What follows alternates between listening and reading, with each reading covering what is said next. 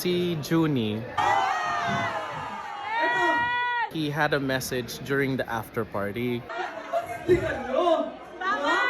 They were set to speak, si Junie, si Ate Ivy, and si MM.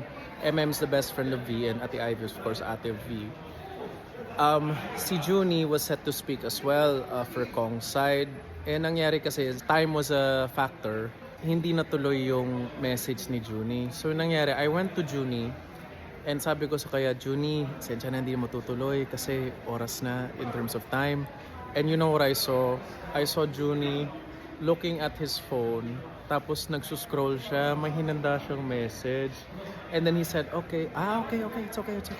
Pero I could obviously see sa mukha niya na parang na-down siya ng konti. And that just like, that got me. So I was just like, oh man, ang ano.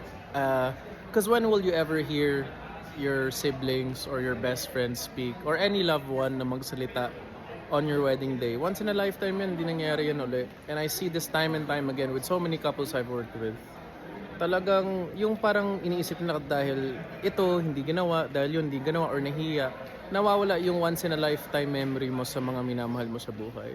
So I knew that there was an after party and I spoke to V and Kong na parang guys gawin pa rin natin yung messages, minsan lang to.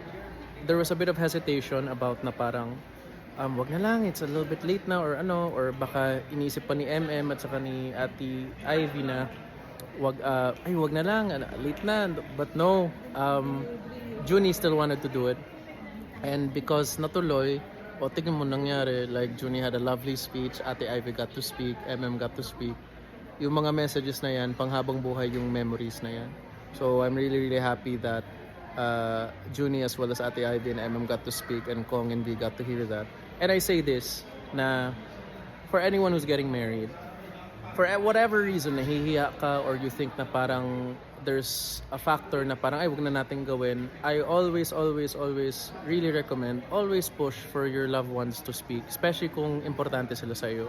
Kasi hindi na maulit yan. Yung message ng parents, dance with the parents, messages from brothers, sisters, or best friends, or kahit sinong minamahal mo sa buhay. Kung importante sila sa'yo and it means something to you, push for the messages to happen. Okay? Kung nahiya ka man, please, I would rather you did the message rather than na-regret mo 10 years from now, ay, sana narinig ko yung, sana nag-message ako, sana nag-dance ako with my parents. I would hate for anyone to have to go through that regret, so please push your moments with your loved ones all the time. Dahil dyan, congratulations sa inyong dalawa! Congratulations!